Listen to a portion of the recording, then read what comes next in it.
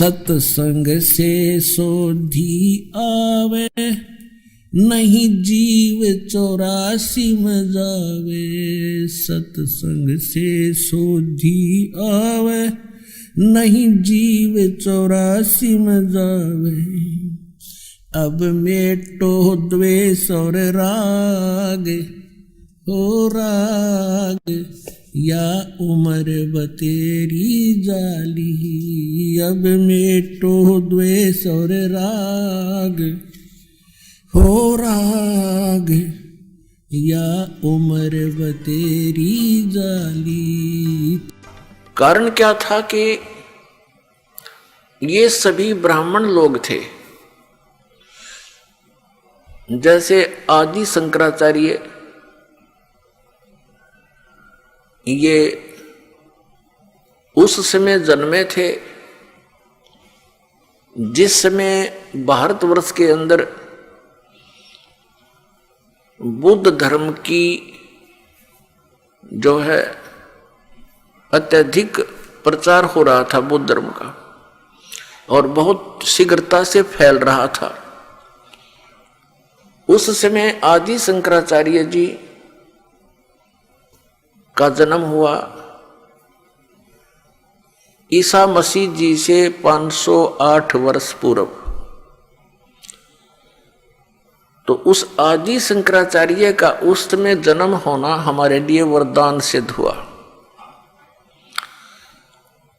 क्योंकि यदि बुद्ध धर्म भारतवर्ष में फैल जाता तो पूरा भारतवर्ष नास्तिक हो जाता।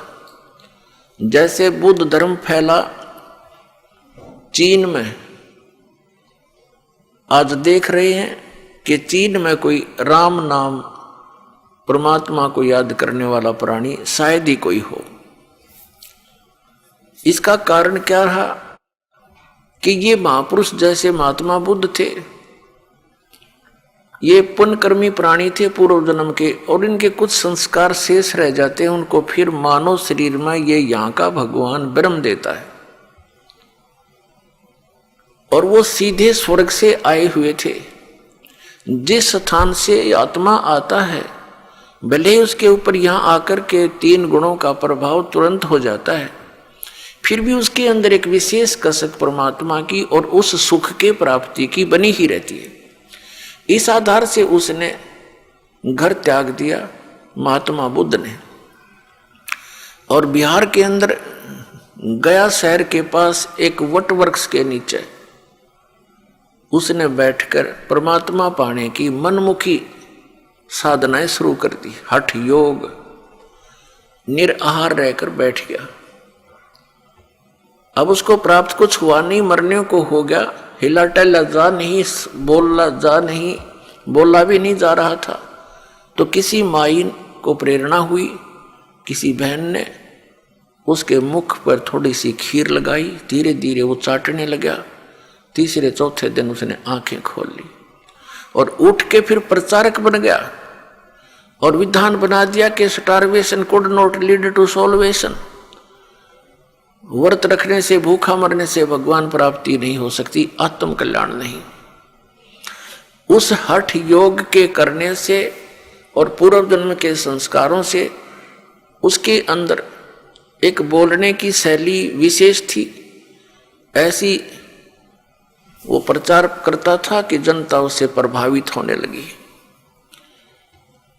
और जिस कारण से उसने बहुत से अपने प्रचारक भी बना दिए, और भारतवर्ष में वो शीघ्रता से फैलने लगा, और पूरा चीन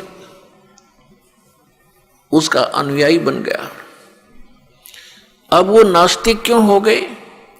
उसका कारण ये था कि जो वे ऑफ वर्शिप यानी पूजा का मार्ग, भक्ति की विधि उस महात्मा बुद्ध ने बताई, वो शास्त्रों अनुकूल नहीं थी। श्रीमद् भगवत गीता अध्याय नंबर 16 के श्लोक 23 और 24 में कहा है कि शास्त्र विधि को त्याग कर जो मनमाना आचरण करता है उसकी न तो गति होती है, न उसको कोई सुख प्राप्त होता है, और न ही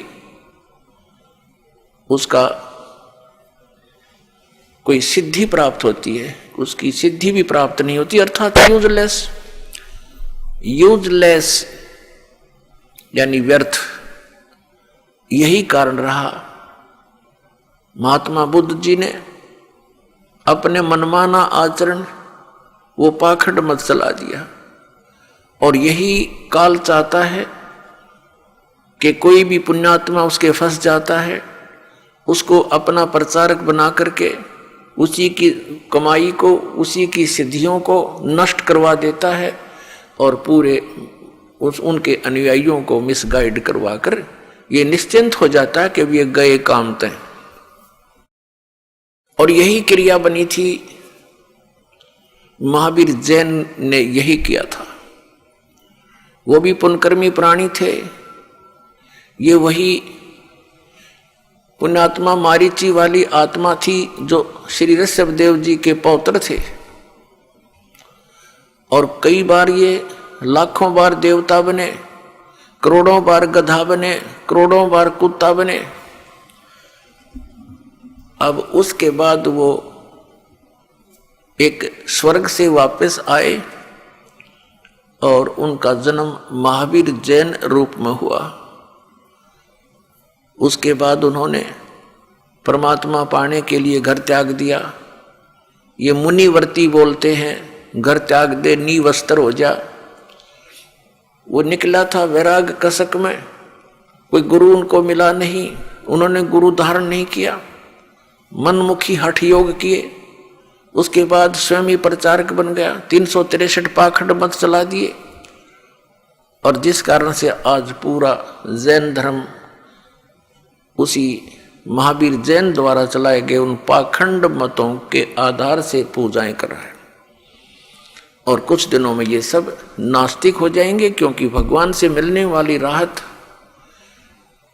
इनको प्राप्त नहीं होती।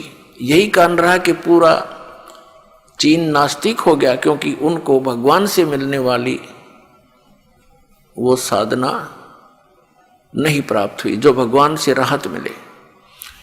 तो उन्होंने सोच लिया कि भगवान कोई है नहीं, अपनी मेहनत परिश्रम से करो और खाओ। ये तो पशु पक्षी भी कर रहे हैं। अगर इतना ही मनुष्य जीवन इसीलिए सीमित था, अगर यहीं तक परमात्मा ने सीमित करके भेजा होता तो पशु पक्षी भी यही कार्य करते थे। अलग से ये एक सुंदर शरीर देने की क्या आवश्यकता थी। परमात्मा ने अपने जैसा ही रूप आपको प्रदान किया है मनुष्य को। परमात्मा भी मनुष्य जैसा ही है, लेकिन उनका सामर्थ्य, उनके शरीर का तेज, उनकी खूबसूरती हमसे असंख्यों गुना अधिक है। इसलिए वो परमात्मा है, हम आत्मा है, हम जीव हैं, वो परमेश्वर है।